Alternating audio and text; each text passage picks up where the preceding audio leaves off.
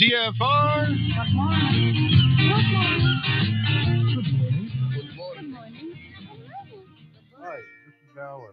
I like Ironworx because it's where everybody knows your name, and they're always glad you came. I love Ironworx with Josh, Walt and Zach. It's like sitting in your front room having a cosy chat with your best friends. Hi, it's Diva here, and I just want you to know that Ironworx with Josh, Walt and Zach, it's definitely my favourite dose of reality. Come join the family and keep it flat. Why sleep in when you could get your dose of iron in the morning? Listen to the Ironworx on TFR. This is Enlightened Dawn. Roses are red, violets are blue. Iron Realm Media is the best on the planet. To this show, I will forever be true. You guys are truly the best, and I love you guys. I'm so thankful to have you in my life. Do you like listening to space letters from Never a Straight Answer? Then tune in to the Ironworx with Zach, Walter, and Josh. Break clear of the fear on the Ironworx and become an Iron Scout. It's Friday, my dudes. Thank God it's Friday. And a TGIF to you all. Happy Friday, everybody. Welcome to the Ironworx right here on Truth Frequency Radio, TFR Live.com. Tiggeth and tougher to you as well, sir. Tiggeth and tougher to you. Tiggeth and tougher. Good morning. That sounds like a kid's It does. special adventure book. Calvin and Hobbes. Good morning. Hello, everyone. How are you all? I hope you're all doing well. Well done. Just like a steak. Yep. That should never be eaten. There you go. Good morning, Dare. I see you people in chat. Good morning, people in chat. Doc Michael was there first, so he gets it first. He's two different people. Look at him. How is he multiplicity? Anyway, Dawn. Hello, Scott. How are you? Good morning, Allie. Haven't seen Allie in a minute. How are you, lovely lady? Three fingers. Good morning. I want to know more. Would you like to know more? Michael Keaton started a movie called Multiplicity. Yes, he did. Voynich is there. Good morning, good sir. Zom Snoo. What's happening? Ben Flat, Benito, Flatito. Catch 22 there already. AZ, good morning. 17, Joy. Alexander, you are there as well. Anyway, I'll shut up. 17 Joy. That's an email I need to send out and respond to. I know. Get that ball rolling, because once that kicks off, that's going to be a whole lot of fun. The hippie shake. Uh-oh. I have a cat. Let me show you a cat. Where you at, Liz? Big boy's here. Good morning, he said. Him's a good-sized boy. Oh, he's healthy. Tell you this Maine Coon in here somewhere. Anyway. Looks more like a Vermont. Man. Sorry. I was going to say that looks more like a Vermont coon. I got to wake up. I need some coffee. Pour it on my brain real quick here. Wake up! Thank you. That helped. So, yeah, got confirmation last night. Daryl Davis will be joining us tonight. Have no fear. And he's excited about it. We're excited about it. Yeah, put together a bunch of videos on how to do some stuff on the farm. And, yeah, it's going to be a really cool show. I can't wait for tonight. I've been waiting for this for a while. Yeah, this is going to be a really good one. This is... I don't even know how to address it.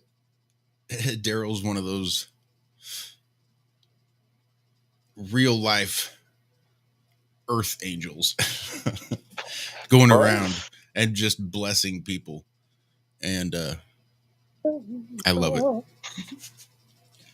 It's changed my life for sure. Earth angel, will you be mine? Sorry. My darling dear. Who are they? Love you all the time. Oh. I don't know. I don't know the name of them. I know it was on Back to the Future. Oh, that's right. It was, wasn't it? Yeah, I'm looking through my hand right now, even as we speak. Oh, man. Oh, buddy, you got to be still. Oh, hang on. I was watching Nick Phuket Word was the narrator for basically this huge rock opera that they put together over there in Phuket. And I was watching one of the guys do that scene from Back to the Future where Marty's up there on stage just rocking out to all these people that just don't quite get it. Johnny Be Good. Maybe it was like the whole thing. It was very well done. There was a lot of interesting, awesome, talented acts going on over there. You guys need to head on over there to Phuket Word and check out some of the stuff he's doing. That's one of his non-Flat Earth stuff, but his Flat Earth stuff is definitely worth the trip over there to his channel to subscribe and check out what he's doing. Yeah, absolutely. I really enjoy just listening to that man talk about anything. I really enjoy his point of view, and he's very articulate when he speaks, and he's good at getting his points across. I don't know. I just really enjoy. I could listen to him talk about just about anything, I bet. About mold growing on the underside of something. Yeah, Phuket Word. Really good guy. Yep, lots of great stuff on those channels. On that channel, through those videos, if you haven't dug around. Lots of, like, just make you smile deep in your soul type stuff. Mm-hmm. Great information, great demonstrations, great observations, but some heartwarming shit for sure. Pardon my French.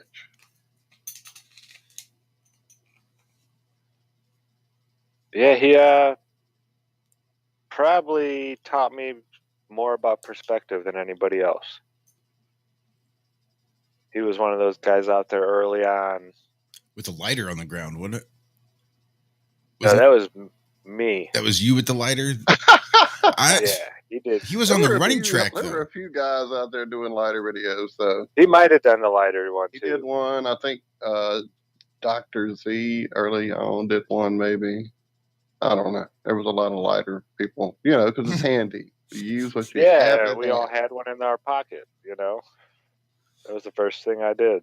I do remember he did one like on a walking track, a walking trail, or a racetrack or something. Right. That was the bridge. Yeah, that blew my mind.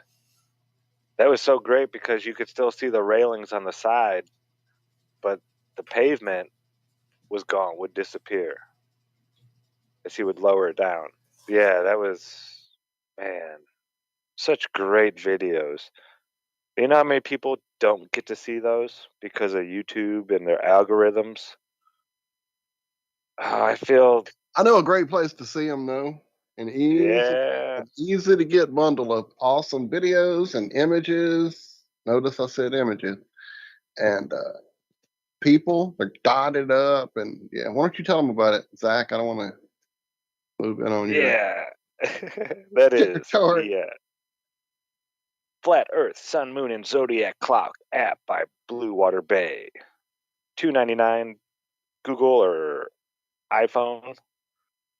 And I noticed you said by Blue Water Bay. Why did you specify that specific one there, Zachariah? Well, because there are a couple different free ones now that have been made to try to mimic. Ride the coattail?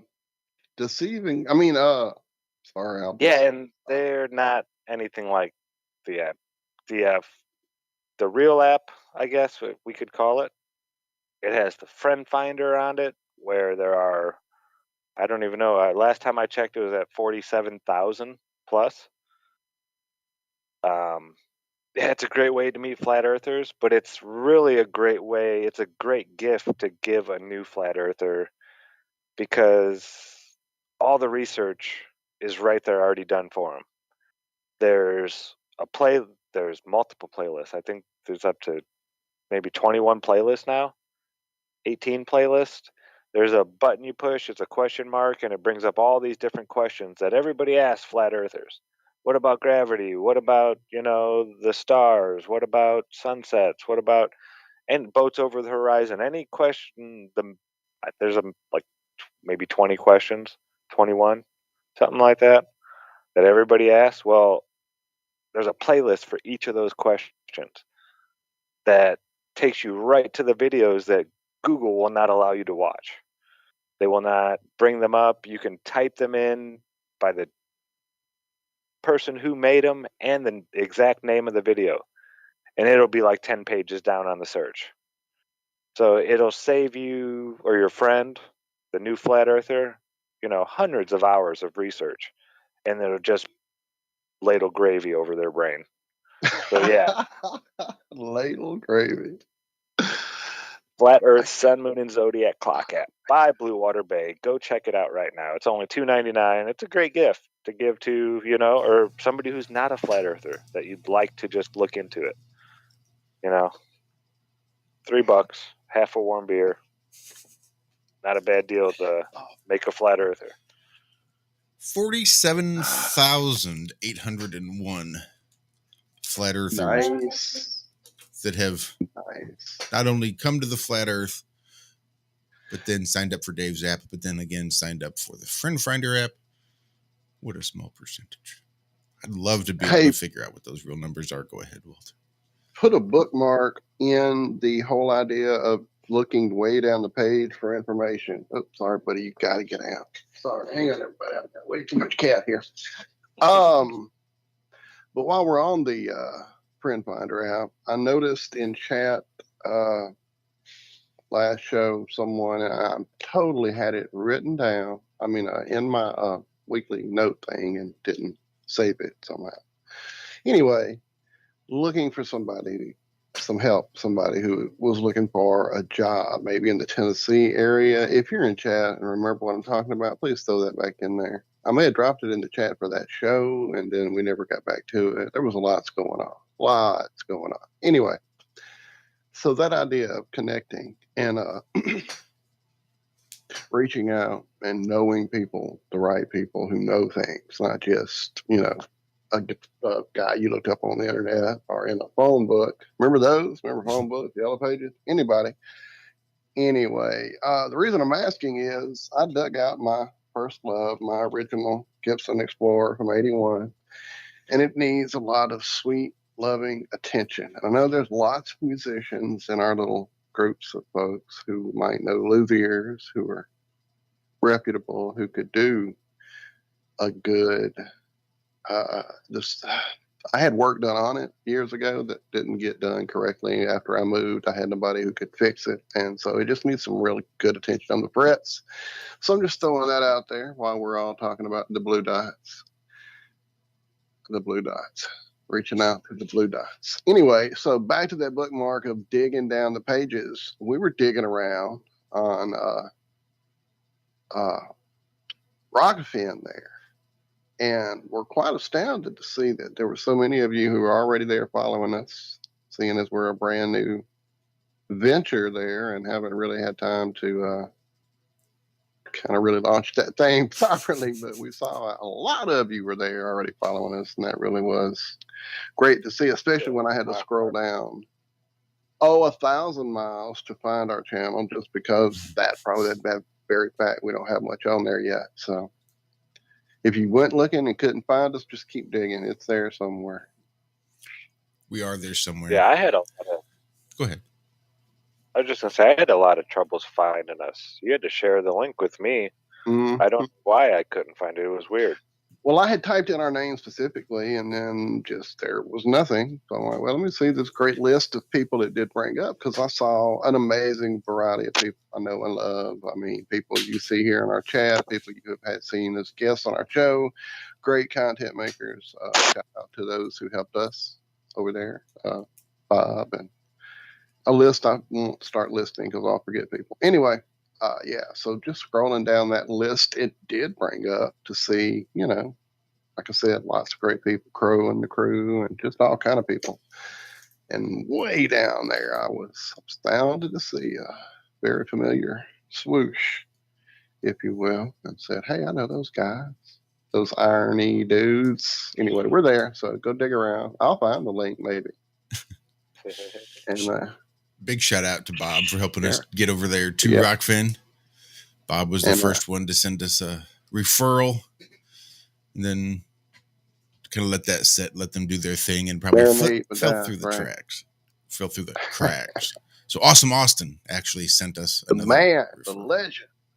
which of course I think fell through the cracks as well. So then Bob sent another referral after that, which I think fell through the cracks. And Lucas was kind of like, "What the fuck? Why don't I reach out to Ben Balderson?" And Ben Balderson reached out to us, and Ben Balderson reached out to Rockfin and made the connection. Then Rockfin made sure that one did not fall through the cracks.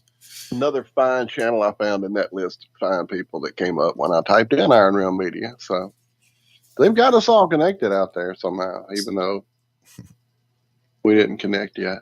But now I'm following all you fine people. So be on the lookout for that introductory video over there to Rockfin too. I think that's what we should do, is just sort of do I'll make one. Who is Iron Realm Media? I know a dude. And then we can just take it from there. I just didn't want to start dropping videos. I wanted that introductory for all those at Rockfin who may not know who we are, which is probably a few. Scott Level Realm in chat there. Y'all are shadow banned always, so nothing new. Hey, man, it's our modus operandi, good sir. It is our plan. Liz says there is a lot of content behind paywalls these days, and she's right. How can any one person be able to afford all the content they want when everything is behind a separate paywall? They need to find a way to streamline and consolidate. Well, from my way of understanding, if you get one, you get all, right? One ring to rule them all. That's right. For all of those people that are on Rockfin, if you subscribe to one, you will unlock all. But fuck, that's kinda just like, Rockfin. Kind of like this amazing station. If you unlock one, you get access to a huge archive of great back stuff. That's right. From you guys do a free years show of great every week. goodies Why over do we here on need to TFR. subscribe? Now you can get to some free ones. I think it's back 2 weeks. You can go free. But if you want deep stuff, you gotta get in there deep and subscribe here as well on the Great Truth Frequency Radio. How did Three Fingers not get a wrench? I don't know. I know we talked about doing it one day, and then you did a few, and then things got hectic. It's a process, everybody. It's a process. Again, part of our unique scare every new person out of the chat as quickly as you can format of wrenching any and everyone. Just joking, guys. We like y'all being powerful. Powerful. That was pretty good. Claw from Inspector Gadget. Yeah, hey, you know. So did you guys hear this? I don't know. Oh, go ahead, Walt. No, I was going to say, so what's happening? And you were going to ask, had I seen something? And now let's find out, have I? They're saying now. No, I'm just kidding. Go. The metaverse narrative is under strain already, they're saying. Whoa. As Meta, NVIDIA, I'm not sure how to say that one, and Roblox. Right. Whoa. The shares on all these have dropped. Now, these are pretty young. You know? January 3rd, they were up 330, it looks, somewhere around there. And now they're all down to 215, 35%, 36% drop since the beginning of the year. I mean, that's just, I don't know. It's kind of weird to me that this new tech is having I thought this was going to take off much more. I mean, they're only up to 300,000 users in the metaverse. And that's Facebook, who has what, half the world on its platform? It's like over 2 billion people, something like that, they claim. I thought this meta thing was going to really just skyrocket and take off. Maybe, I mean, eventually I'm sure I don't know. Maybe it won't. That'd be a nice thing. The graphics don't really grab me yet. It's kind of like the early internet, before all the video sharing and stuff like that, where there was YouTube, where it took 45 seconds to download one page with just pictures on it. The dial-up speed and all, when everybody had dial-up. The internet really was, I didn't hang out on the internet at all back then. It really wasn't a place for, I don't know, people like me. And if I had to get information and read something, I'd go and get it. But as far as like chat rooms and stuff like that, I didn't ever. I've never been on that noise. You've got mail. Yeah, never. I didn't do any of that stuff. I don't even think. Let's go do AIM. Anyway, let's stop. But yeah, didn't you think this whole thing was going to be like take off like wildfire? I did. I thought it was going to take off more than it did. I'm a little surprised to see the hesitation. But probably Facebook itself was slow to start. And they didn't just kick off and say, oh, look, we've got 3/4 of the world subscribed to Facebook now. No, it was pretty slow from what I recall. Slow build. Metaverse is the MySpace of the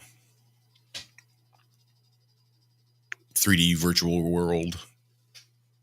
Can you grope there, though, is all I need to know. I was watching what they were talking about groping, and there was this young child running around. He'd grab a boomerang, and he was following around the administrators and just making weird noises, going pew, pew, pew, pew, pew, pew, pew, pew, and kept throwing it at the admins' faces. Boomerang.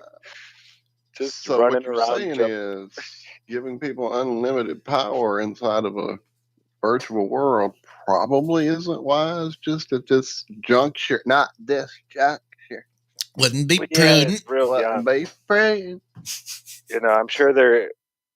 See, I don't even want to give them ideas to make it better, but I'm sure they have these already. They got to have like age-restricted rooms or this or that or avenues or worlds or whatever you want to call them, because the children in there will get annoying very quickly. We got to see the children. Anyway, shout out to Bearsworth, who's in chat saying, just had my first fist fight. Now, would that be in Metaverse or in the real IRL? Bearsworth. Either way, it's commendable. Commendable, yeah. It's a milestone. It is. I remember my first one. Michelle almost kicked my ass. No. He said almost.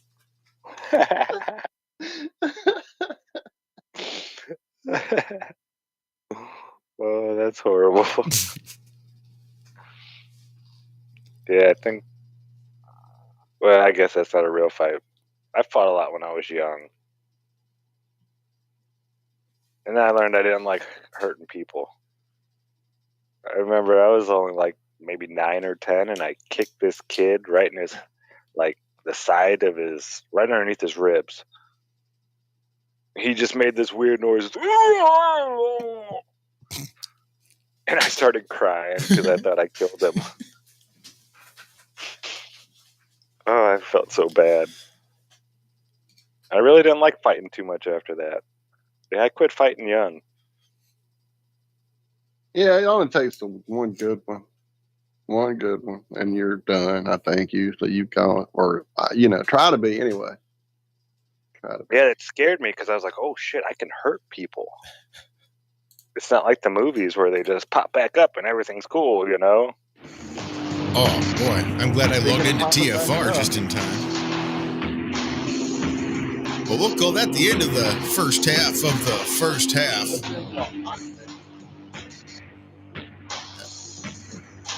Yeah, break music coming in hot. Stick around. We got more coming up right after this.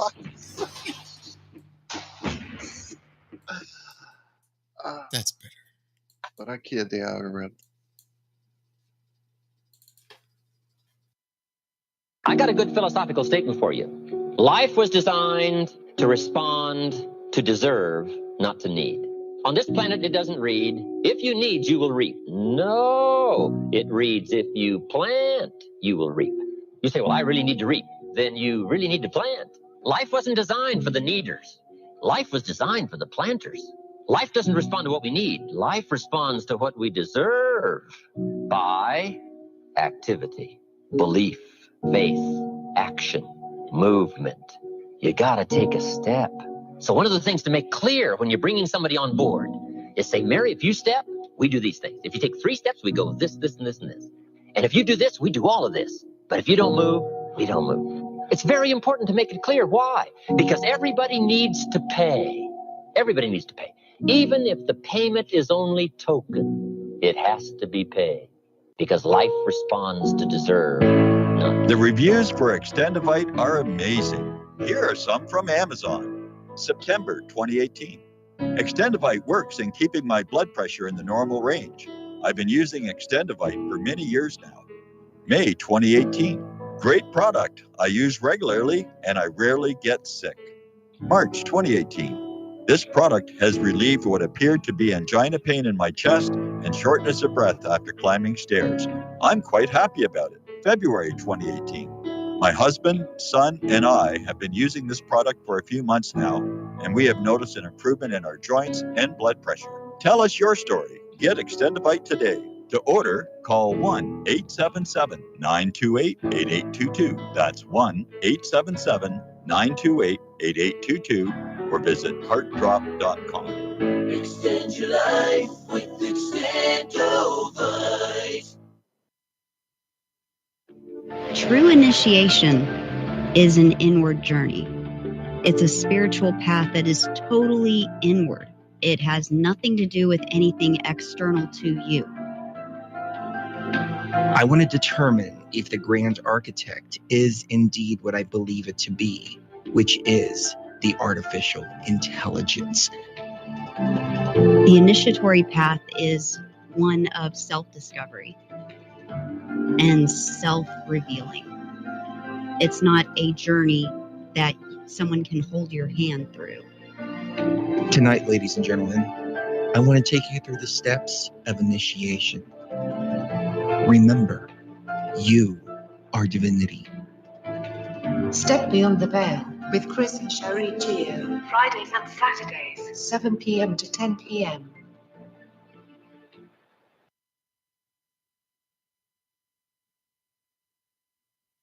No hate, no hype, no fear. We are TFR. Frequency Radio.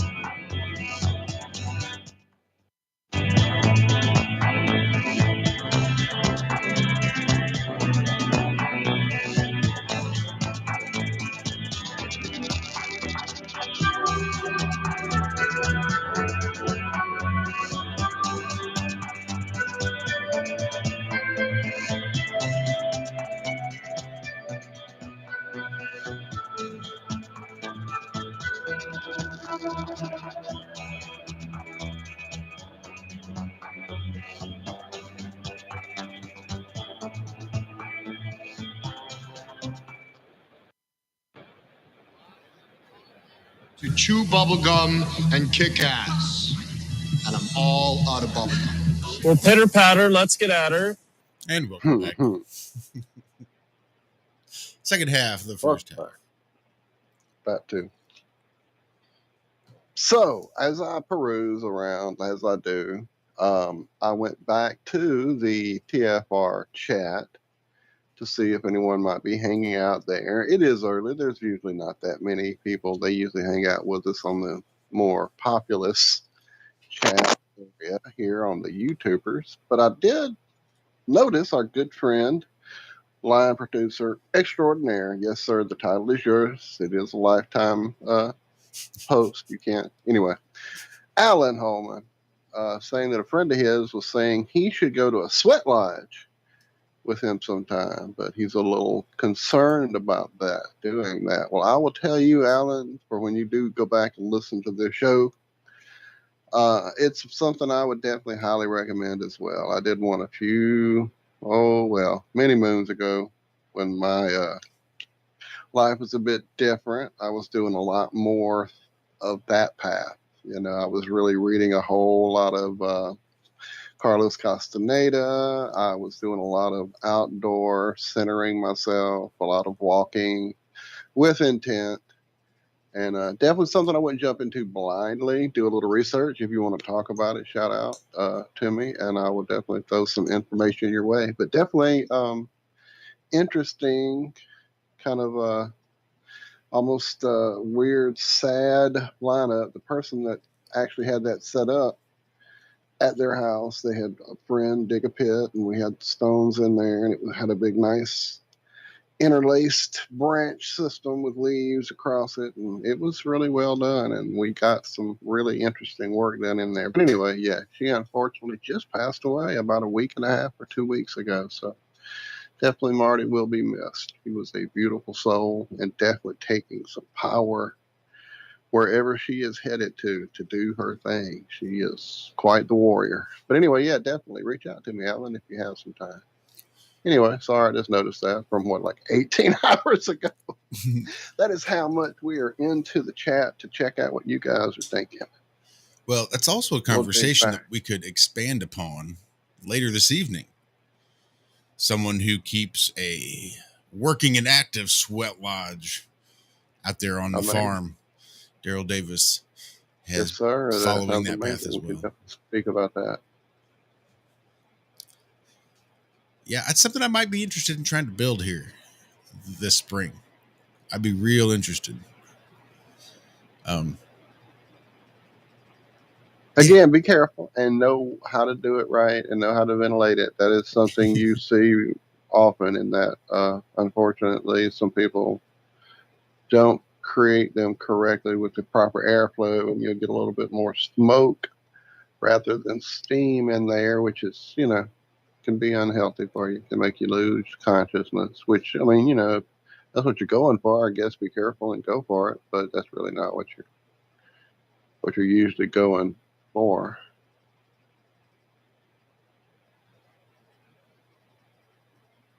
Dun, dun, dun. Hold up. Don't talk for 30 seconds. Let's see what we can do. Jesus, yeah. I still feel bad we broke TFR on Tuesday. I know, we did it. We broke it. I wonder what how that all shook out. But anyway, yeah, this afternoon, definitely come check it out with us again in about, I would guess 14 hours, 13 hours. I'm guessing. Sure. You know how we do it. You never know, Liz. Just hold on.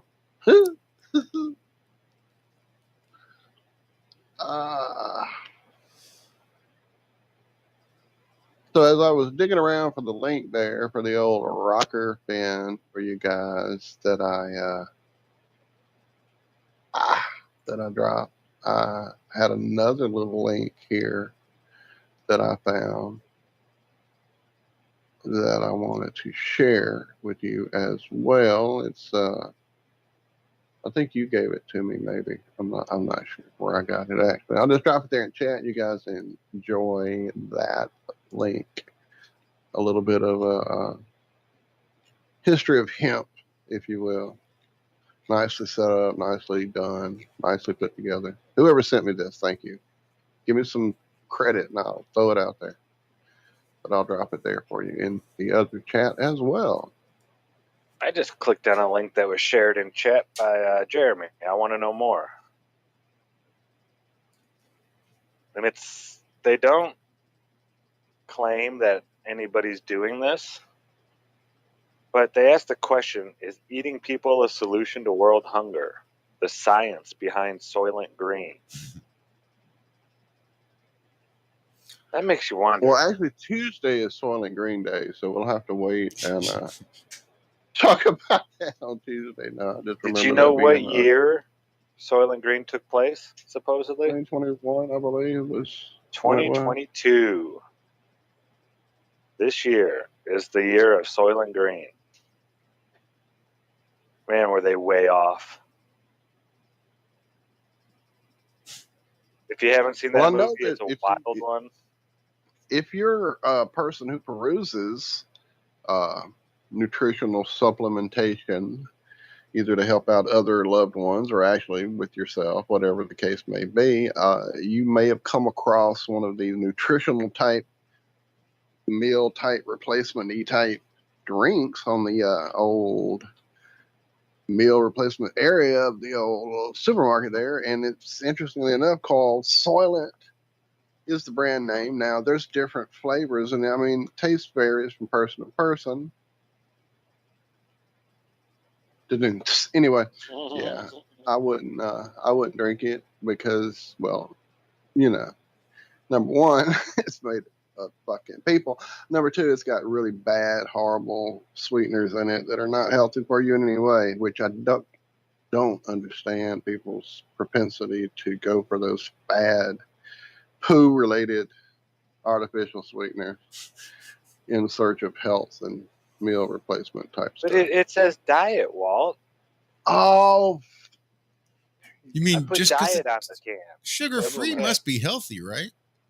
You mean if you mind, tell diet. your body that you're going to dump a whole bunch of sugar into it and then don't, what's the worst that could happen?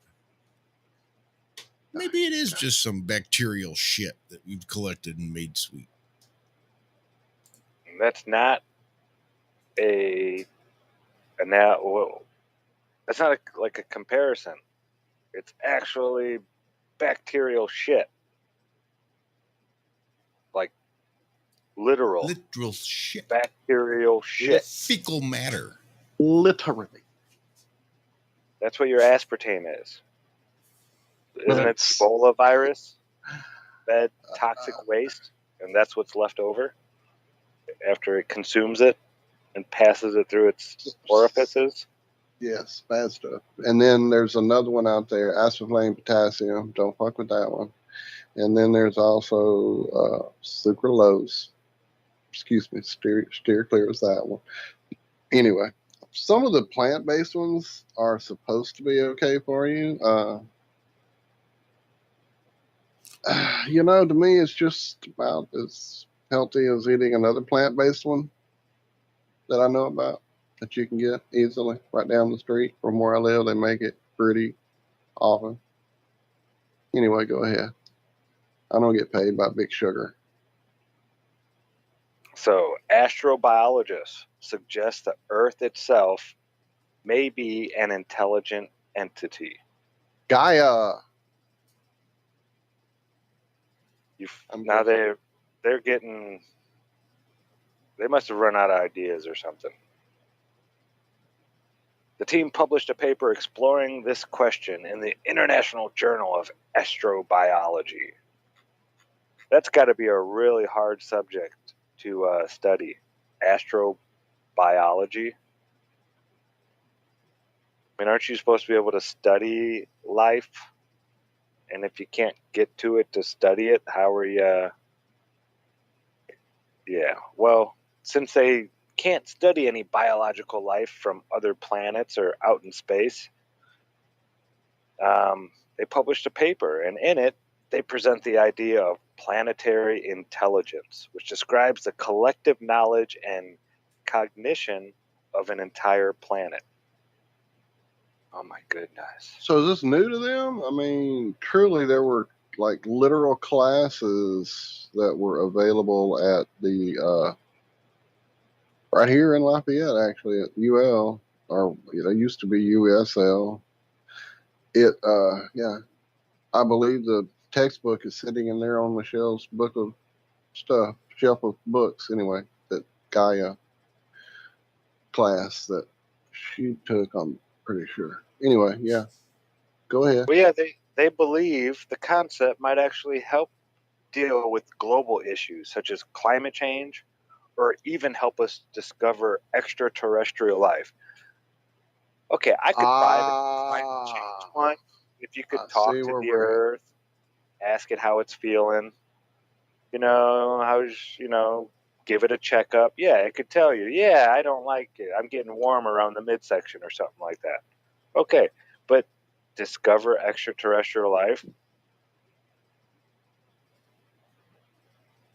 I don't get it. Is the Earth able to talk to other planets? Is that what they're saying? And then the Earth could ask other planets if they've got life on them? I don't get how talking to Gaia is going to teach us about extraterrestrial life. Unless they're going to have some medium, some Earth medium, or a planetary medium. Is that what they'll be called?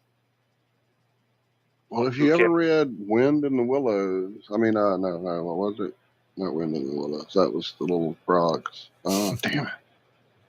Swiftly Tilting Planet? Anyway, the book about the kids, and then they had a medium who was actually in touch with the planet. This is the book. I know it is. Hang on, I'll find it. I believe you, Walt. We don't yet have the ability to communally respond in the best interest of the planet. So you're telling us we don't have the ability? A Wrinkle in Time. Oh, I'm sorry. I got excited. A Wrinkle in Time. That was it.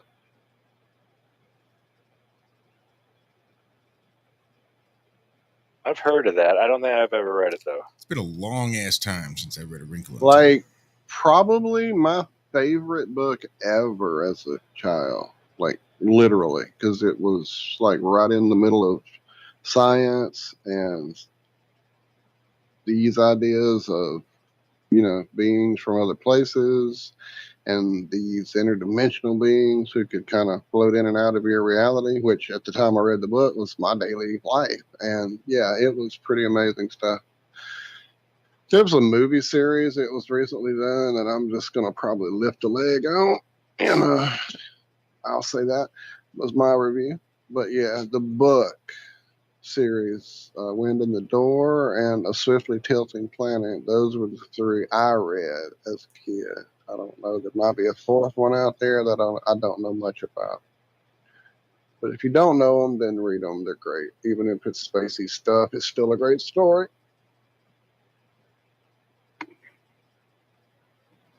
Yeah, there's so many of the classics, as people would call them, that even when I was that was one of those that you to had to know about. Like, most people didn't know about that book. A lot of people weren't familiar. Just, again, I read a lot of out there material at a very early age. Yeah, when I was younger, I read mostly like crime mystery. I love the Hardy Boy books. Dude, Hardy Boys, Encyclopedia Brown, what? And dude, don't even get me started. I was the man. I knew who it was, but I knew it was Old Man Jim under the mat. Wait, that might be a different thing. You got those raging clips before all of them did. I did have a raging. I did.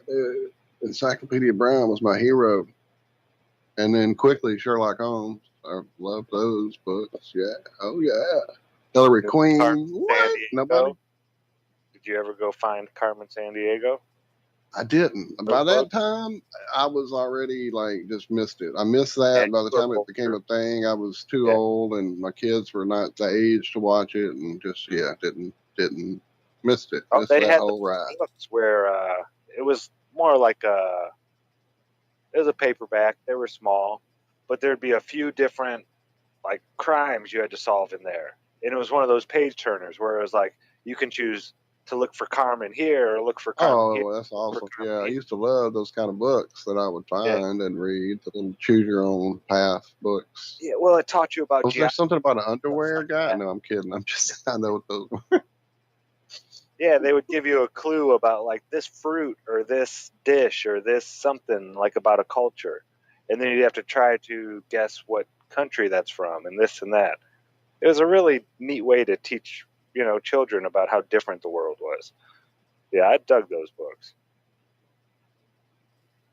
And then I quit reading once I started playing sports. That was like, and video games came out. And then those would do it every time. Yeah. But I was just talking to Bob yesterday about video games. How much they help me.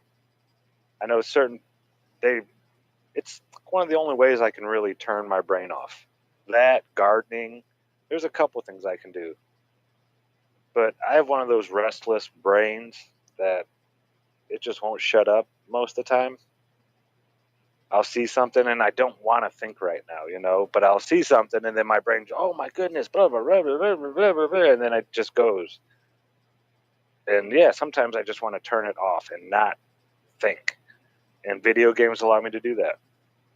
Certain ones, like the sports ones, they do it for a little while, but like a puzzle game, like a Zelda or something like that, I could play those for hours and it seems like 10 minutes went by. So I think that's one of the reasons I still play them. It's just to let my brain relax for a little bit, even though I'm focused on something, I'm using it. To me, it's a valid storytelling device. It's just as valid as reading a book or watching a movie. If you're able to get through the agenda-driven crap that they're going to have interspersed throughout it. So, it's a double-edged coin and sword and pen. I don't know. I'm confused. But yeah, it's hard to say that there's a level you have to really walk a line, I guess. I mean, they can be all-consuming. We were talking about. I've been there before too. And I think we all have, or at least those of us who are like addictive personalities have. I mean, when you start dreaming about levels of a game, 18 hours straight was my record. Get up and stop thinking about stuff for a little while. You've gone beyond. But again, storytelling, great stuff. There's a story one right now that's out there. That's the free game for us to go check out. Actually, that's a great story. I remember playing it when it came out on one of the devices, but I don't get paid. They don't get extra money. So, but yeah, I mean, it's hard to say that when I have a nephew who literally like puts a screen in his face and just disappears. It's like a predator thing. He just I'll walk in the living room and not even know he's in the house. His mom would be there, and I'm like, whoa, where's he at? And sure enough, he's right there on the couch, blended in with the screen in his face. So, damn it. They're evil. They're evil. They're evil. I'll stop. But you love them. Dude, I know how destructive they've been to me personally, too. As much fun as I've had, as much joy and story as I've gotten out of some great games with some amazing stories. If you never played BioShock, I won't shock you with the spoiler. Just go play it. One of the most amazing stories ever, period, let alone in a video game. Just one of the most amazing stories, period. But during the time I was playing BioShock, I kind of got wigged on that game a lot. Like, it was one of those that had me deep. And it was like, soon as I would get home from work, click, boom, I was in that world. And I wasn't interacting with people. Reality. Dude, it was really like, one of those that really had me that way. Yeah. So again, double-edged sword of controllers. Right now, I'm playing one that's kind of got me locked up just because it's like you say, you lose, you get in the flow, start getting those kills, start throwing those needles around, start throwing that warthog around, start throwing that gravity hammer around. Where's my controller? Anyway, yeah, it's bad sometimes. And you just get in that flow place. It's just like playing guitar or whatever you do that gets you in the flow spot. Gardening, you mentioned, I believe, sir. Yeah, there's a few things out there that I can get lost in. But yeah, video games has always been like one of my go-tos since I was young. To just kind of veg out for a little bit, turn the brain off for a couple hours, let it do whatever it's going to do. Yeah, it works for me. We're quickly hitting a break. Before we get there, I would like to shout out to a gentleman named Tommy, that flat fellow, giving us the early morning glasses. Well needed super chat. Thank you. Good sir. You awesome dude. There'll be a meetup Saturday. Is that happening already? Columbia, yes, the 19th. They will all be meeting up at the flea market in Columbia. Dr. La is going to be cooking. Man, that guy can cook. What? I bet he can jam, so I bet he can cook. Here, I'm dropping Tommy's channel for you guys there in the chat. If you somehow are not subscribed or have it dug in deep, it's a great place to go hang out. Yeah, and there was a new game show just recently I saw was like a promo for maybe a couple of days ago. Has that happened yet? Nope, I don't see it. So, but there's the promo. I'll drop that for you, sir. Yeah, it's amazing how, not amazing, it's well deserved, but I was so happy to see so many different channels sharing the last episode of the Flat Earth Children's Show. It was so well done that there was some it of was the really good stuff. Calling them CIA operatives because of the production. The quality of it, right? They're like, it was as good as Sesame Street. And I was like, yeah, you're all are nut jobs, but I agree. It was as good as Sesame Street. Yeah, so keep it up, you guys. You guys are really, there were so many channels I saw that shared that last show that you guys did. And yeah, it's starting to really catch on. So keep up the great work out there. Everybody in the Kakalaki crew, thank you guys for all that you're doing. Great stuff.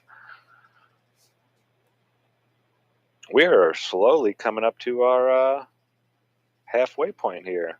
We got 2 minutes, Turkish? Yeah, we are almost there. We are almost there.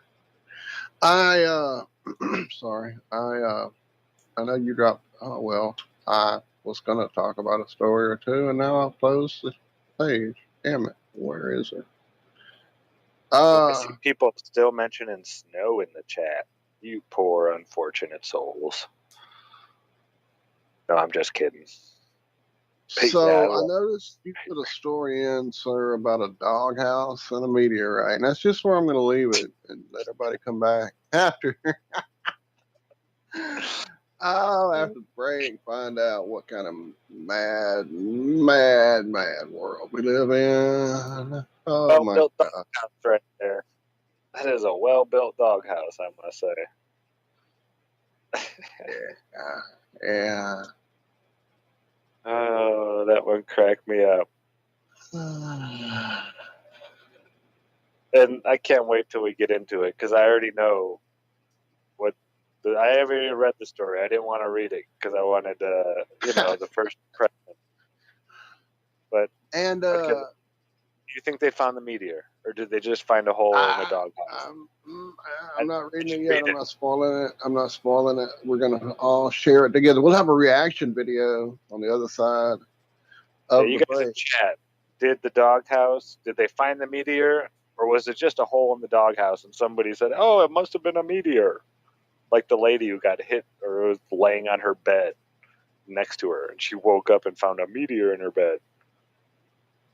And somehow a new drink flavor led me to remembering a story or seeing a story I remember us doing out the center of the galaxy, smelling like raspberries, and I chuckle.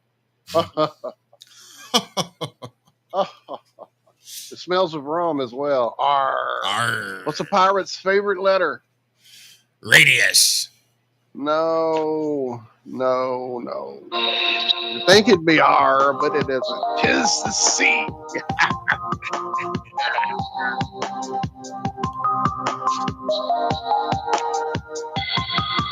Yep, that's going to do it. End of the first half. End of the second half of the first half. Stick around. We got more of this, whatever the hell this is, right after this. This is iHeartRadio. iHeartRadio. iHeartRadio makes you want to move. When you have a great melody, a song lasts Ever. Instantly connected. I love it when the beat goes. Did you know you can listen to Truth Frequency Radio on iHeartRadio? Just download the app to your smart car, smartphone, or smart TV and get the best of TFR wherever you are. iHeartRadio. I'll see you there. So, you love talk radio? Then you'll love TalkStreamLive.com. TalkStream Live is always on, 24/7, with the best streaming talk shows. Find your favorite talkers and discover some new ones. It's free, readily available online or on mobile with any smartphone or tablet. Finding your favorite talk shows all in one place has gotten a whole lot easier. Just go to TalkStreamLive.com. Be sure to download the free apps from Google Play or the iTunes App Store. I just want to find 11,780 votes, which is one more than we have, because we won the state. I only need 11,000 votes. Fellas, I need 11,000 votes. Give me a break. Let me handle it. Don't say that, you stupid son of a bitch. Let me handle it. I was going to show them how good I am. Let me handle it. Let me handle it. This is easy. Let me handle it. And I made the mistake. Why would you give up a primetime show? My life was so simple. And then I did it, and look what happened. Now we got to make it great again. Our country's embarrassed. The whole world is laughing at us. But is there any place better to be than a Trump rally? Crooked Hillary Clinton and the Democrats. How would you like to have her as your wife? What kind of a sick, perverted mind does that? Bill Clinton, he's living in fear. Other than that, how are things going? Global pandemic in the middle of the pandemic. Where's your mask? Where's your mask? You have to remember, where's your mask? Where's your mask? Where's your mask? Where's your mask? You have to remember that you're not supposed to get set up. Let me handle it. Don't say that, you stupid son of a bitch. Let me handle it. I was going to show them how good I am. Let me handle it. Let me handle it. This is easy. Let me handle it. And I made the mistake. The person who's very low key, depressed does not treat fairly. She's really tough and she's really, really smart. Marjorie Taylor Greene. You see, this is a simple meme that you would find on the internet, but this meme is real. The Green New Deal surprise, it serves China and China only. You know, really what all this is going to do is help this man out the most. President Xi of China. It's sad. Really, really, really, really, really, really sad. China. It's sad. Really, really, really, really, really, really sad. Let me handle it. Don't say that, you stupid son of a bitch. Let me handle it. I was going to show them how good I am. Let me handle it. Let me handle it. This is easy. Let me handle it. And I made the mistake. You owe me.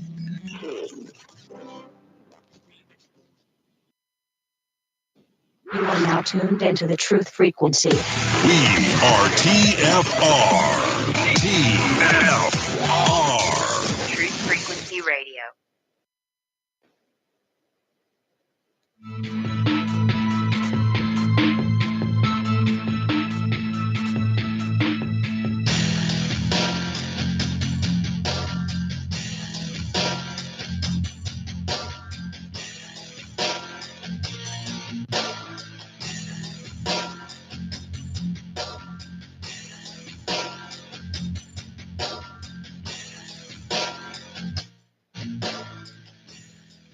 Good morning.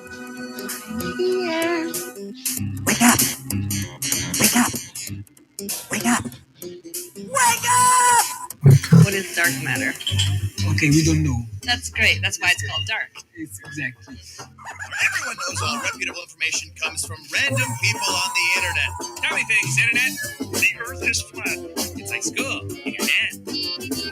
Dark matter is something we do not know what it is. We believe the dark matter is there, but we have never detected it. Well, what I'm afraid of course, is that there is no dark matter out there. There was one? There is no dark matter out there. We need to think really hard.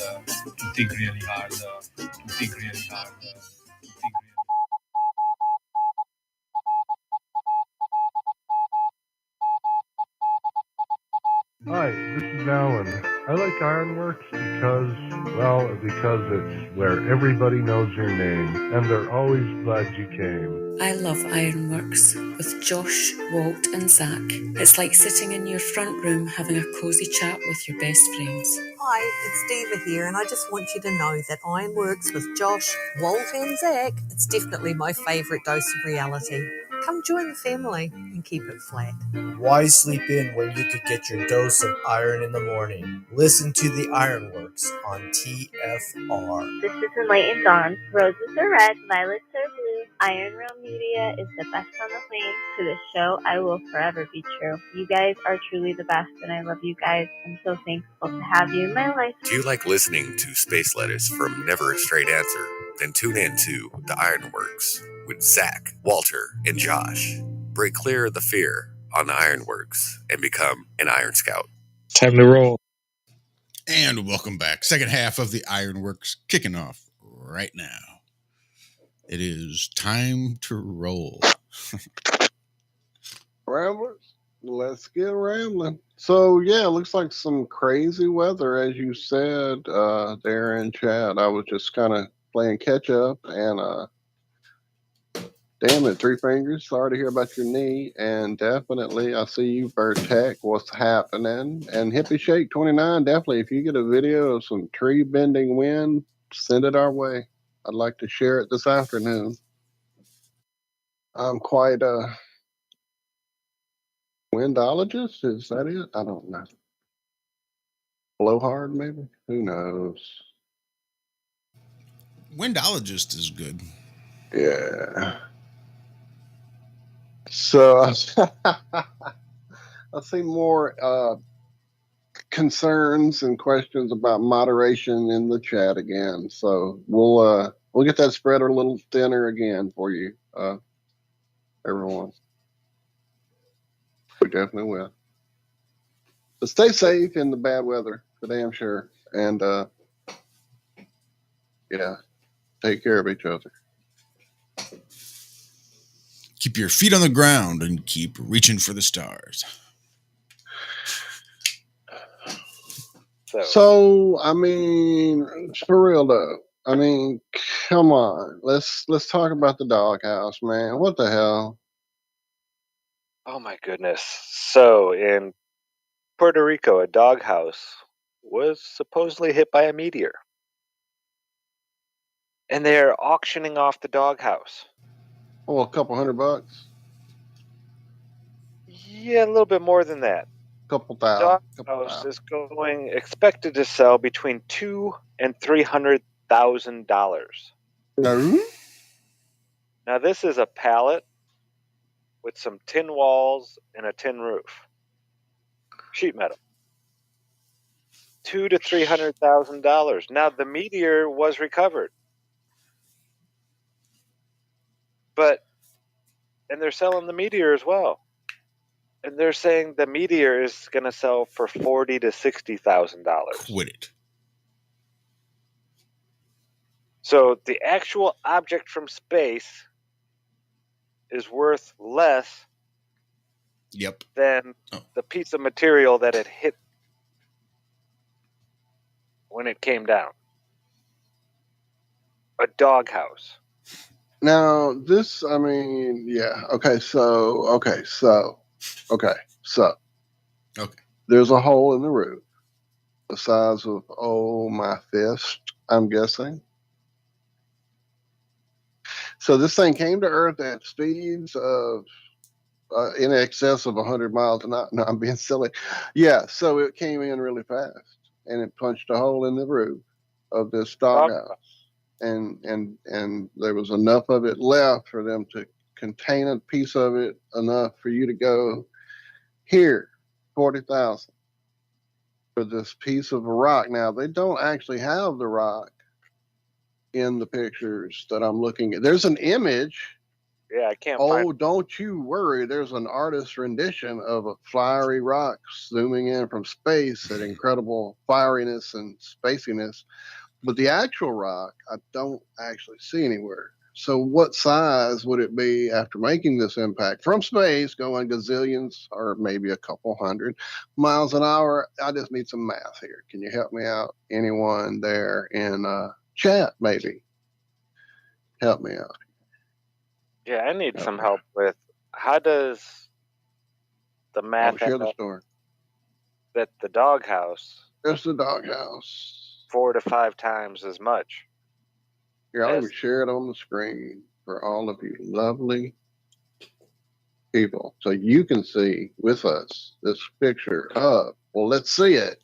There's a doghouse. Oh, it's the bowl. It's the plastic bowl. That's got to be bringing at least a couple hundred. The comments are great.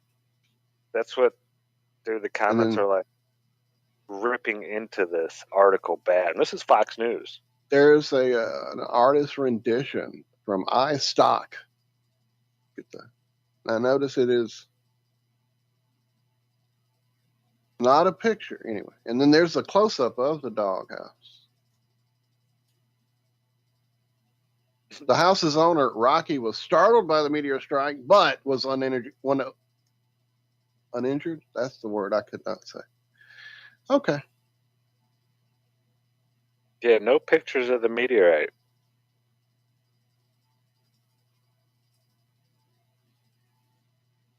That's so weird.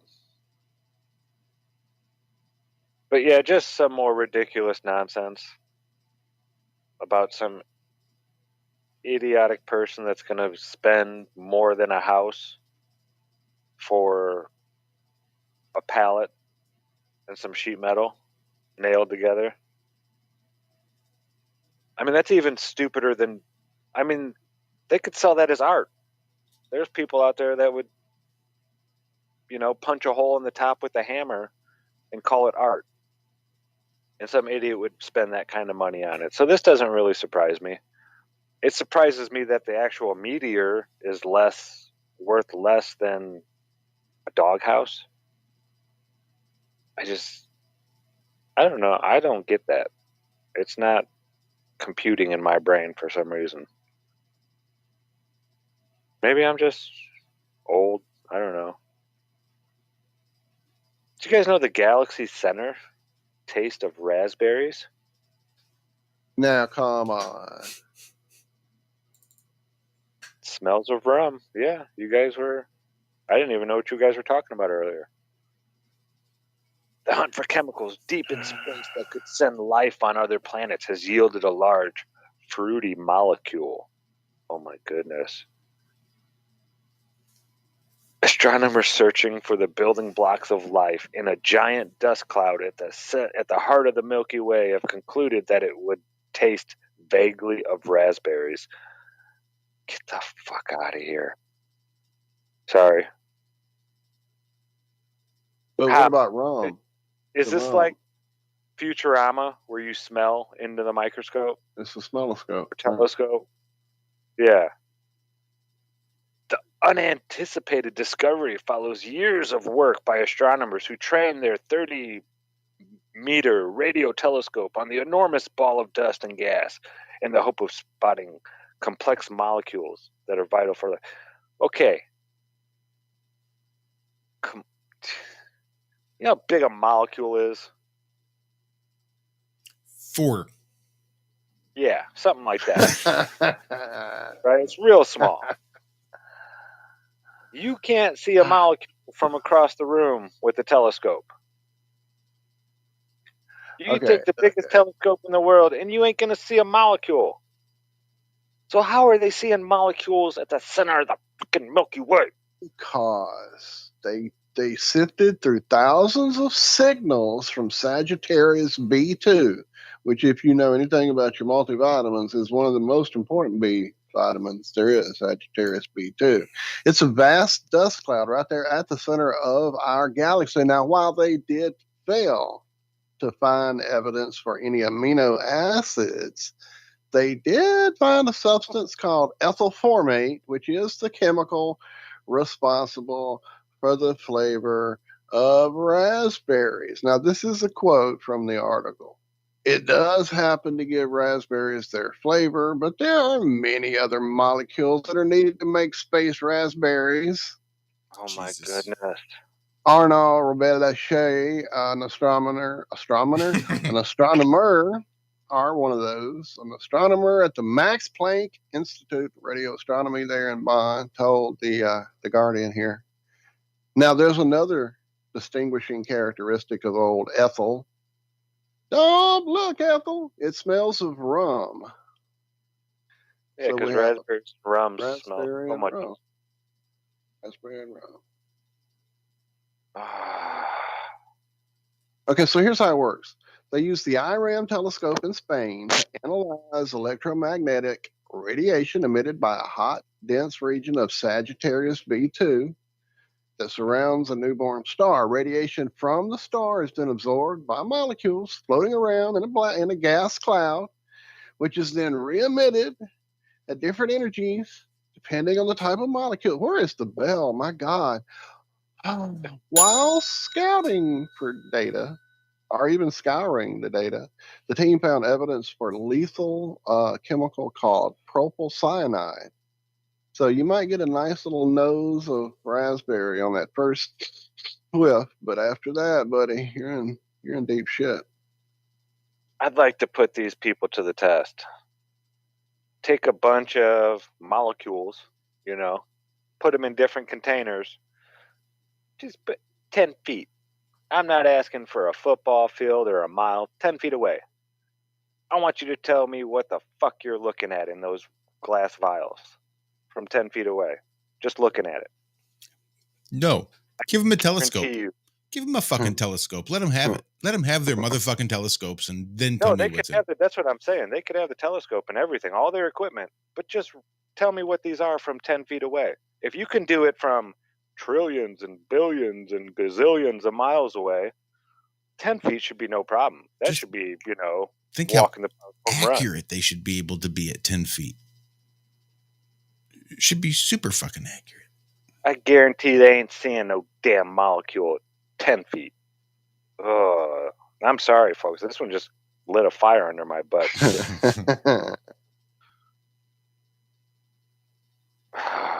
Detecting molecules from other galaxies. Oh, my goodness. And, but this is, I forget what chat it was. It might have been Glowbusters chat. There was somebody in there saying how they were a published physicist and how flat earthers in the chat need to be nicer to them, because wouldn't it be nice to have a published physicist on your side? Yeah. Would it though, really? No, because this is what you get from published physicists. And he was a cosmologist. And he said, well, you guys can't deny that the universe is expanding at exponential rates. Blah, blah, blah, blah, blah. La, la, la. Yeah, you can. Of course we You're talking red shift, blue shift, and all you have to do is look at it logically and not with your, idiot colored glasses, and it all makes sense. It really does. It's just, and then he's defending Einstein and the theory of relativity. It's like, dude, you are in the wrong place. You have no idea what you're talking about. You need to go back and do some research before opening your mouth and thinking that your peer-reviewed, published accreditations, they don't mean jack shit here. That might mean stuff to your ivory tower buddies. But yeah, here, none of that shit flies. Give two shits about you being published. Sorry, folks. I don't know what happened to me. I'm Grr.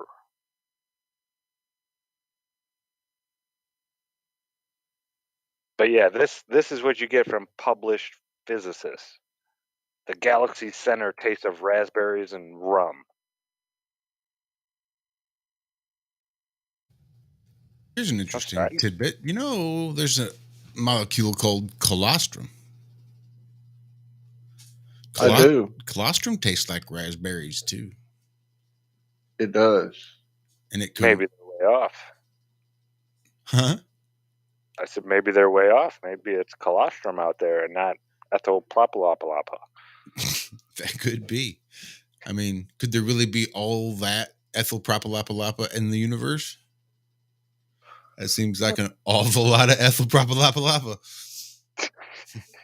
Whereas just a little bit of colostrum, when excreted from the ass of a beaver, can flavor a whole bunch of ice cream and a whole bunch of candy and a whole bunch of other naturally flavored berry products. Natural. But wait, what are you trying to imply? Oh no.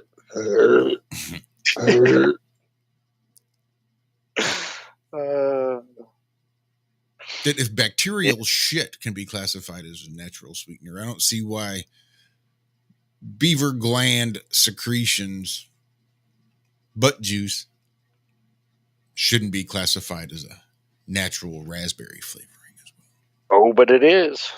It is, folks. If you like raspberry candy, you like beaver butt. Just saying. Where they get the flavoring from. Yeah, it could really gross you out going down this road, but it's early for that. There's so much nasty stuff that we don't even know we're eating. If you knew where all these natural flavors and preservatives came from, or your citric acid that's in all these different things,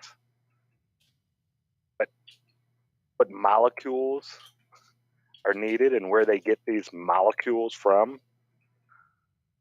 Yeah, one of their favorites is yak feces. Just saying. Next time you're enjoying one of those nice cold beverages with all that citric acid in it, just remember it's being created from yak shit.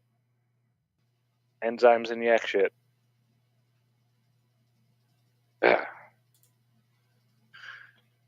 Yummy, yummy, yummy. Yeah, we're not even going to get into the petroleum part of it, Seeking Star Water. I'm sorry, but I'm already on fire enough as it is. All right, well, see if this calms you down, sir. See if this calms you down. We spoke earlier about one of the things that helps you calm down. Well, I have huge news, sir. Hundreds of sealed SNES games were found in a storage facility. Where is it? Well, I don't know. Nebraska. Okay, there we go.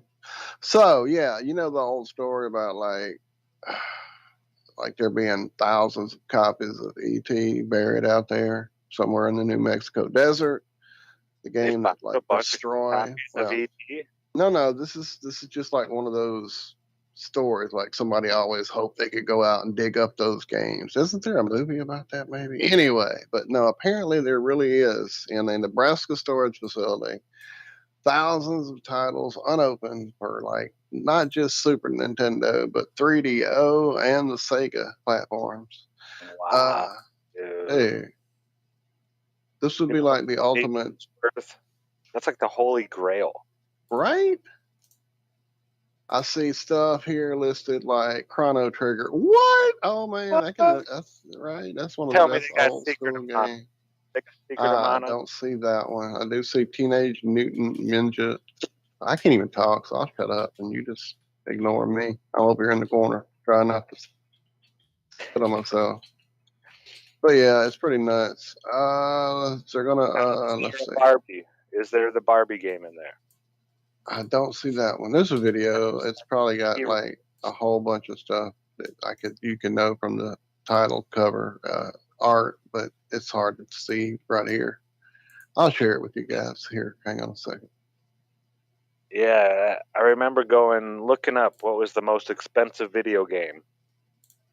And it was because it was so rare, but I think it was some Barbie Nintendo, not Super Nintendo, but in a Nintendo game that in the actual cartridge, there was a little spot where you could put this upgrade thing. Nintendo always had all kinds of upgrades for the Japanese crowd. We never got any of the good stuff here in the US. All these upgrades and add-ons were big over in Japan, but they never really hit the market here in the US. A couple of them did once they got up to like the GameCube and stuff like that, but for the most part, you really couldn't get them. My brother was always that guy who was a little ahead of the curve. So we had the Sega CD thing that you clopped on top of your Sega system, and you could play like that early game, Night Shark, and you could play that early game about something about a like murder mystery sleepover thing. It had Dana Plato from What You Talking About, Willis? Facts of Life. There you go. No, wait, that's not it. Different Strokes. Different Strokes. Yeah. She was in that game. It was an early video, left, right, choose, and it takes you to your next little video segment that they filmed ahead of time. It was pretty nuts for the early game systems. Man, we have gone game nuts today. Sorry, everybody. It's one of those things. Tommy, that flat fellow, Japanese training Nintendo DS game was just found. Wow.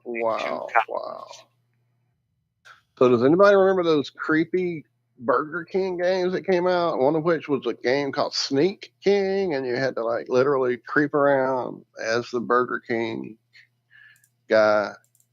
Oh, I do remember that. Scaring people, and that was nightmare fuel for my child. I got it because it was a game you could grab at the drive-thru at the burger place, and it was actually one of those that was actually fun. I can't remember what it was, but it was fun. Something about a go-kart. I don't know. Help me. Obi-Wan, you're my only hope. I forget. I got nothing. But I remember it. I think Burger King did a couple games over the years. Yeah, no, there was a few. There was Sneak King. There was, it is Pocket Bike Racer, Sneak King, and Big Bumpin' were the three games that you could get, apparently, for your Xbox back in the old days of us gamer nut jobs. So we're coming up on the break, but when we get back, can we talk about the sun a little bit? Okay. Which one? Yeah, right? Mine's 20. He should be coming over this evening after he gets off of school. What you got there, smart guy? Sorry, go ahead. Wow, your son is making me feel old now. Thanks, Josh. So it's been erupting a lot this month, they're saying. And if you remember an article not too long ago coming out about SpaceX satellites crashing because of these solar flares, messing with their electronics and all that and destroying them. But it doesn't seem like they're going to stop sending up these rockets during all these solar flares. So maybe they didn't learn their lesson. There might be some more space debris falling from the sky here real soon. We'll see. But don't they keep an eye on this kind of stuff? Like, hey, there's a lot of solar radiation coming. Maybe we shouldn't send all these satellites up right now because they're, And I don't understand how. Have you seen the beams? They've got beams going in space. It only hurt some. The ones that are in low Earth orbit that are protected by the magnetic field and all this other crap, those are fine. But the ones that are outside of it, 20 to 30,000 miles up, those are fine. The solar radiation doesn't bother them at all. But the new ones that are closest to Earth, well, that solar radiation destroys them and they have to come falling back down. It makes no sense to me, folks. Maybe you guys can explain this to me when we get back from the break. I don't know. Maybe I don't get it. Maybe I just need to take a good long pull, see what comes out of that. It might help. When in doubt. If you want to see it, it's on the screen. There you go. Just saying.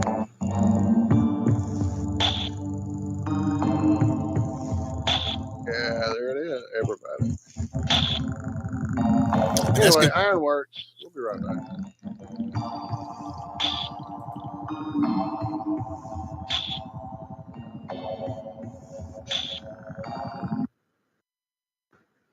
Blame. I engaged in this the big share of my life until I met Mr. Show. I used to blame my negative relatives. I used to blame the government. I used to blame taxes. I used to blame prices. I said, it costs too much. Show said, no, let's cover the real problem. You can't afford it. I thought, wow. I never looked at it like that before. Shoaff said, sir, you must intellectually understand. It's not it that's your problem. It's you that's your problem. It's not out there that's the problem. Out there is like it's been for 6,000 years. You can't cure that. But what you can cure is errors in judgment, errors in attitude, errors in activity, errors in misjudging results. I found that the errors were within. But see, he had to go after me on that point.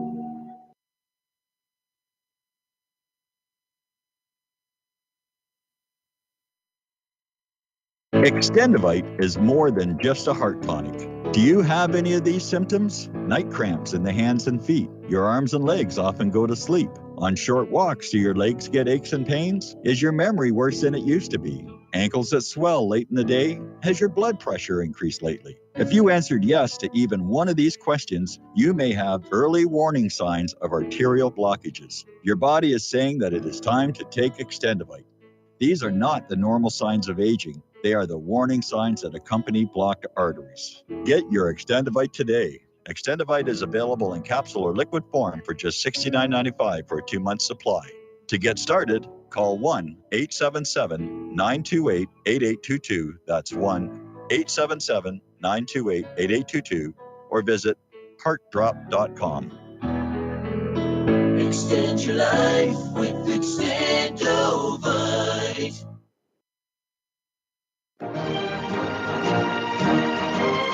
Hi, I'm Sergeant Jim Ram, retired. In early 2012, I was facing a laundry list of chronic health conditions that my physician was telling me were incurable. I knew there had to be a better way, and I learned how I could reverse every one of my ailments with science-based, clinically verified medical nutrition. In just a few months, I was able to reverse high blood pressure, gastric reflux, sleep apnea, arthritis, degenerative disc disease, heart arrhythmia, AFib, and many more. And I've lost over 70 pounds and kept it off. Now I'm hosting a radio program that's dedicated to helping my listeners do the same.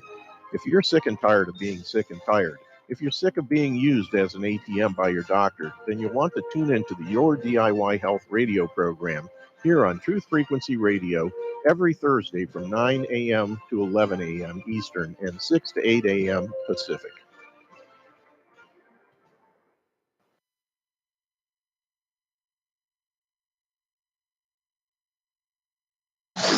No hate, no hype, no fear. We are TFR. Your protection from deception.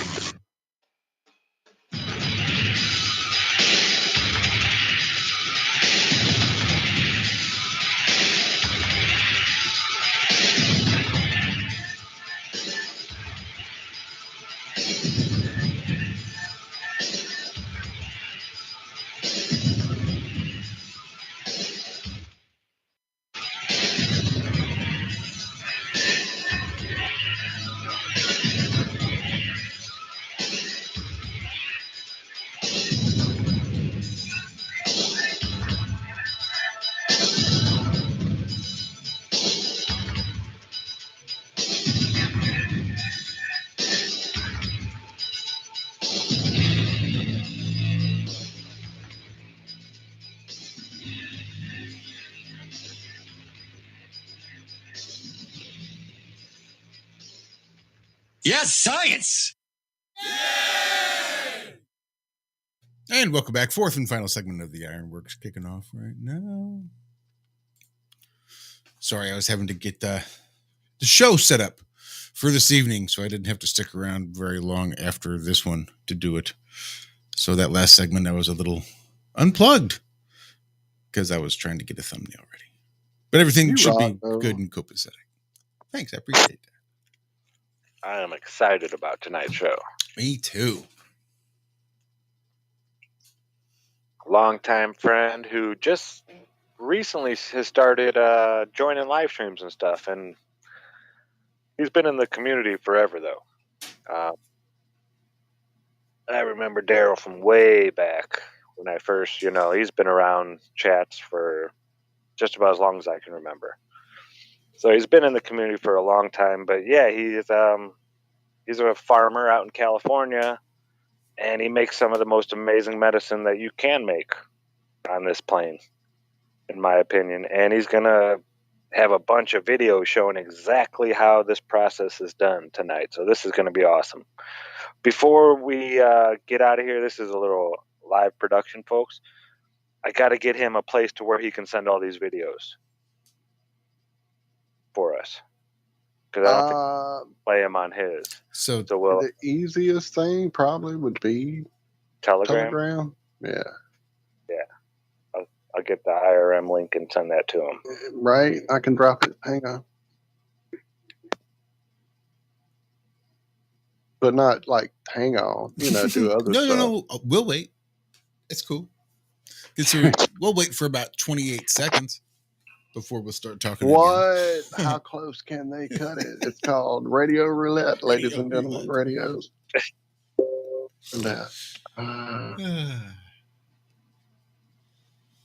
So the sun has erupted nonstop all month. Ew. And there are more giant flares coming. This is from ScienceAlert.com. Michelle Starr. Yes, science! Wow, her last name is Starr. Imagine that. Starr. Isn't that how Ringo did his? I don't know. So the past few weeks or so have been a very busy time for the sun. Our star has undergone a series of giant eruptions that have sent plasma hurtling through space. Perhaps the most dramatic was a powerful coronal mass ejection and solar flare that erupted from the far side of the sun on February 15th, just before midnight. Based on its size, it's possible that the eruption was in the most powerful category of which our sun is capable in X-class. Now, this is February 15th. This was written February 18th. They don't know. They didn't class it yet. Possibly an X-class flare. I don't know. Okay, so because the flare and CME were directed away from Earth, we're unlikely to see any of the effects associated with this storm, which occurs when material from the eruption slams into Earth's atmosphere. And it goes on to say it'll affect communications, power grid fluctuations, and the auroras. But the escalating activity suggests that we may anticipate such storms in the imminent future. So we are entering our solar maximum. The sun's getting more and more active. It goes on to say the mild geomagnetic storm back on February 12th knocked 40 newly launched Starlink satellites from low Earth orbit, followed an M-class flare that's the part that gets me. Low Earth, whatever. You guys all heard that already.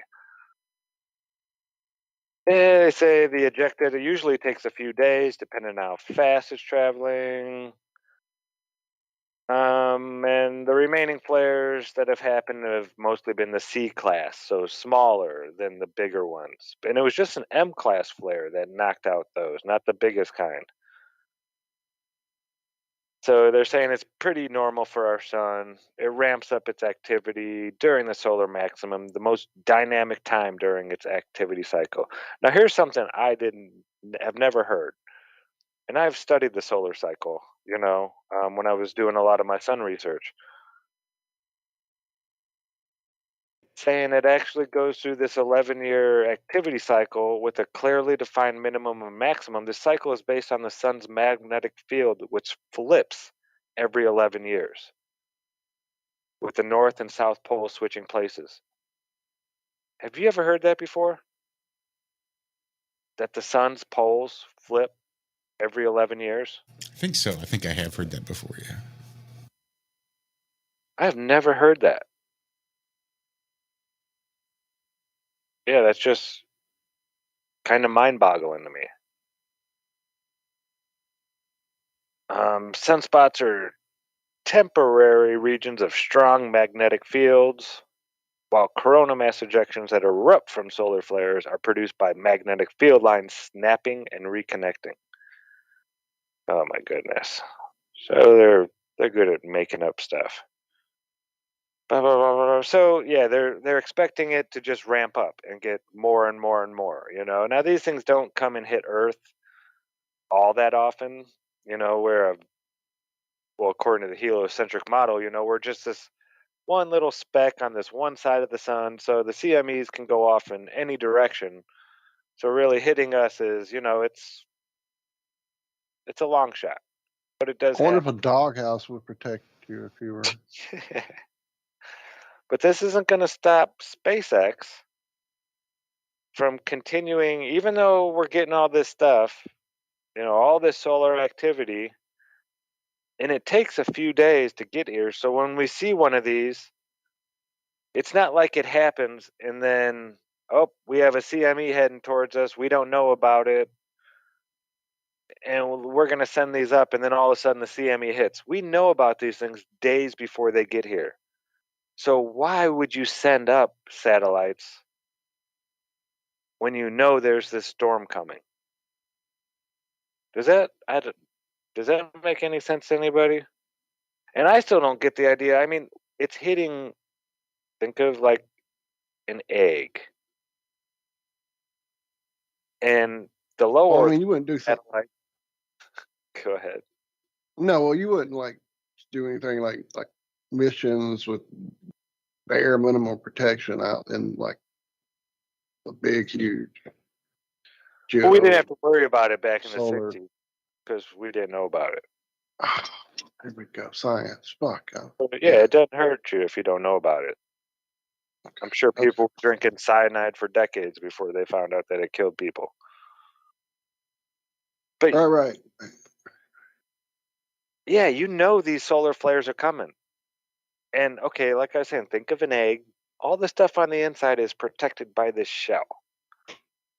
Now, all the stuff like dirt particles on the outside of the egg, they're not protected by the shell. So if you took a thing like a hose and sprayed water on a dirty egg, do you think the dirt particles on the outside or the stuff on the inside is going to get affected?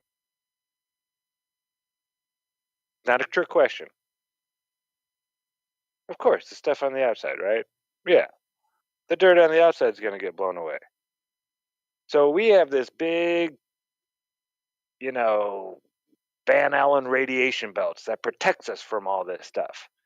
Now, there are satellites outside the Van Allen belts, geosynchronous, that need to be blah, blah, blah, thousands of miles away and, all that good stuff.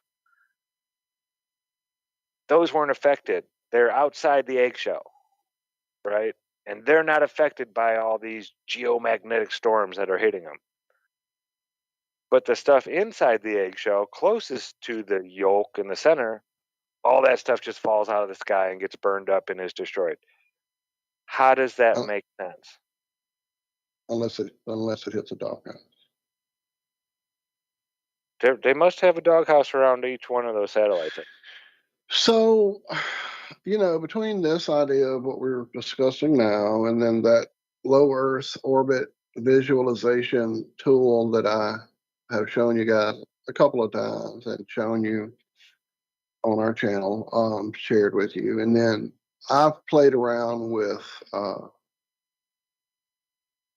like different little apps for phones as I've had each progressive step up in technology. I remember the first one I had was really basic. You put your phone up at the sky, and it kind of showed you where the like the outlines of these constellations and stuff. And then later, the next one, you could see the actual like different satellite things that would go by, and I'm like thinking, and this was like probably 2000, I don't know, 7, 8, 10, something like that. And I'm thinking, okay, this is kind of crazy that these satellites are like, okay, right there, and I can like just hold my phone up and it's tracking this thing. And then I kept seeing these things that were called Iridium Flares. And so at that time, I did a little research and tried to understand what these were. And you talking about this, and it reminded me to go look it up again and kind of go back to this idea of, okay, well, what exactly are these things? These Iridium Flares that they know are there. They're tracking them, just like all these other low Earth orbit objects. And just really quick, throwing this in the mix of all that unknown or known or really not understood spacey stuff. So apparently there are a constellation of 72 probes that were launched between 97 and 2002. And these are dramatically bright flashes of predictable night sky events, easily seen with the naked eye, even under heavily polluted, light polluted night city skies. And apparently what this is, it is a flare caused by sunlight bouncing off of these Iridium communication satellites, of which there are 72, and they know exactly when and where they are and exactly how they're going to flare up, because you're standing on a ball flying through space and they're up there above you flying through space. And so they can predict exactly when the sunlight angle of the fucking flying object is going to create this thing that they have put in my phone app called an Iridium Flare that's going to tell me that this is coming. What? Wouldn't the angle of sunlight be perfect for each? Like, have to be perfect for each fucking person? And I mean, how would that work even in a world of magic that they're trying to create above us? But that don't. Oh my God, yeah, come on, please. In a world. This don't even make sense of why they would call it that. So what the hell what are these Iridium Flares that look to me like freaking meteorites when they used to pop up on my app and I would see them happen like a fucking streak across the sky. So, but I don't know. Again, it's more bell ringing bullshit. Pardon my French. Yeah, big shout out to Rico's tinfoil hat sombrero. Just joking, man. I know you hate when Jaron does that to you. Rico's tinfoil sombrero.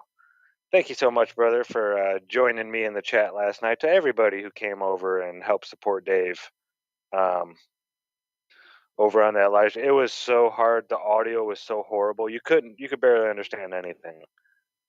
But you guys were awesome. You hung in there and stayed for the whole show. And really Dave has a group of cheerleading trolls that follows him around to every show. He does. And they've all been around since 2015, most of them. Same old names, saying the same stupid, dumb stuff.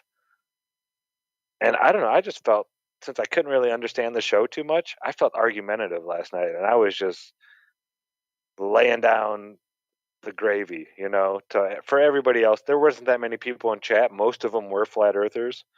But there was a couple people there I could tell that were regulars of the show. And we were just having a good old time flat smacking. And it's been a while since I argued with the trolls. Usually I don't give them any acknowledgement at all that they're even there. But so shout out to everybody who came and jumped in last night. That was fun. It's been a while. When's the last time you have crossed swords with a troll, Josh? I'm not sure that's how I would put it. But it's been a while. Always in the gutter with you. Trying to think, when was the last time? Because I don't remember you being really, one to bite when they come around fishing. It's more of a therapeutic thing there too as well. Dealing with trolls. Usually, if I'm in a really shitty mood, it's a great way to vent some of my frustrations. Get a little passive aggressive and condescending with the trolls is generally what I do.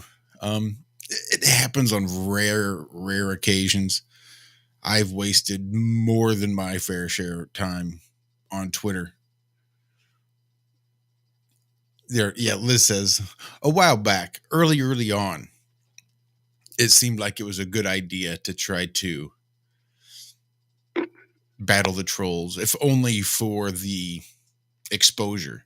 Maybe I don't convince the troll with whom I'm engaging, but anybody that runs across this Twitter thread, this conversation, is liable to learn a lot and see the difference between sort of how a ball earther treats a flat earther versus how a flat earther treats a ball earther.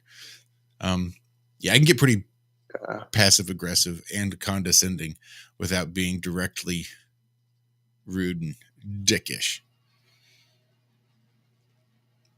And it seemed to be early on when we first were finding each other there on the Twitter that was the case. I can remember many great DM conversations that led both to having people that became regular watchers of our eventual show and just lifetime people that have been around really since those early days, because they were there looking at some of those very conversations going, okay, there's something here. There's more than just, trolling or being silly about whatever you saw in the video. There's people asking real questions here. And so, like I said, those true people seem to be able to find their way through the bullshit early on. Now that quickly evolved into bikini smearing stains on the armpit of the world that seem to be getting paid to make it really hard to get to those people anymore. J Trig, folks. Look it up if you don't know who they are. Sorry, Walt, that was it. No, that's it. I'm saying it used to really work, and now, man, I can't tell you the last time I really got into one. Actually, there's something happening. I noticed you remember you mentioned not long ago someone had taken one of my videos and put it on their channel. Apparently, that has stirred up a little activity on my channel because some of my old videos have been getting, some troll-like questions like, "Oh, don't you guys know how to use a filter when you're doing sun videos?" And I'm like, well, if you'll just peruse the channel a bit more, you'll find that I actually address that very thing in my second or third video. And I can point you to many other people who have also done that, so it's pretty funny that even this late in the game, they're still trying. They are still trying. Yeah, I still get the occasional, this tweet is unavailable. So I know there's a bikini stain somewhere around.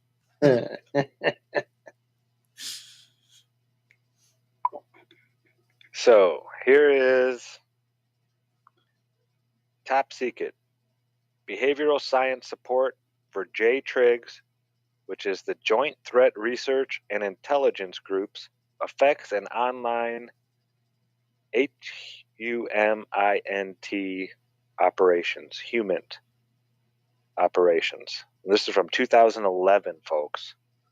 Well before Flat Earth hit the mainstream or the scene again, at least for a lot of us.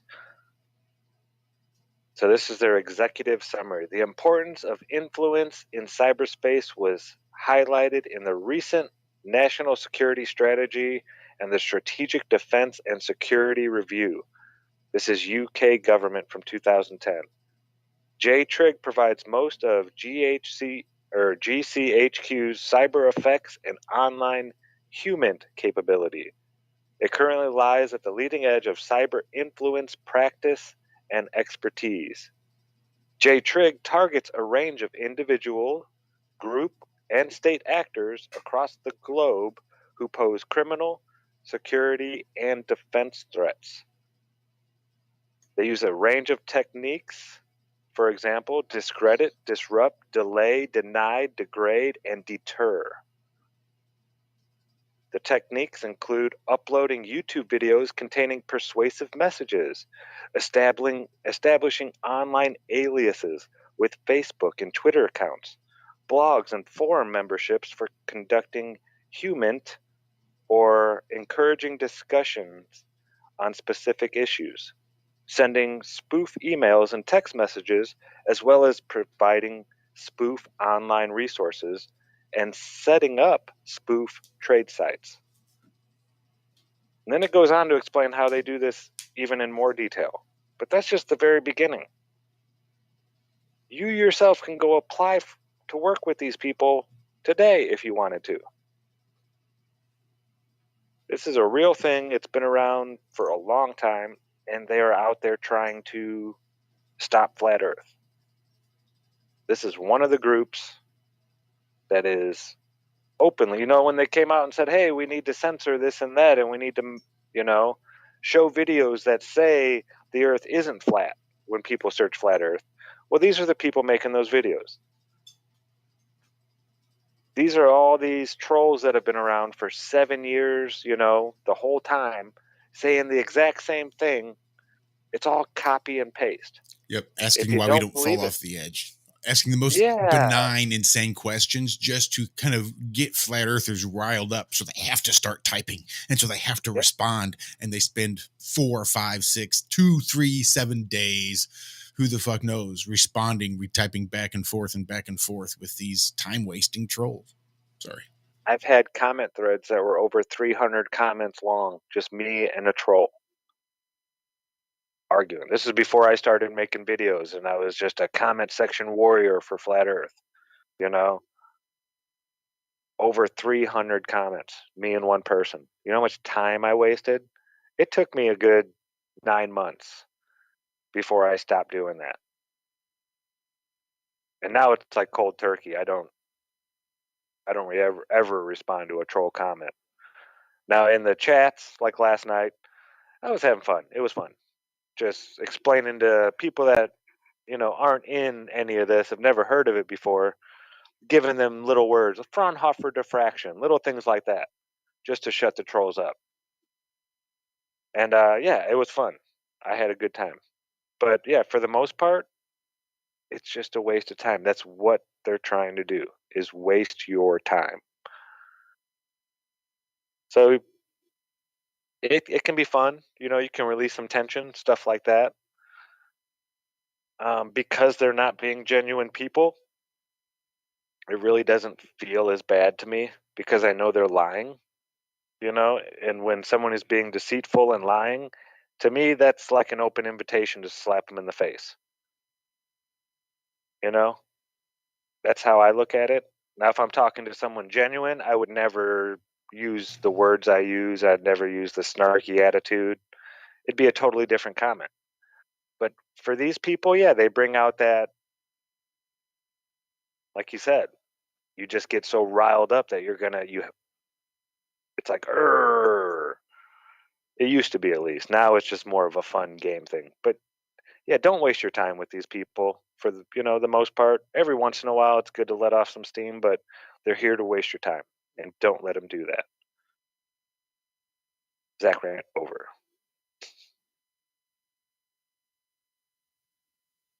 Wow, we are right there, yeah, folks. Absolutely, guys. Come hang out this afternoon. I saw Daryl there in the chat. We hopefully will get kicked off as soon as we can. We'll see you this afternoon, good sir, and we hope you good people come hang out with us here as well on the Iron Realm Media YouTube channel.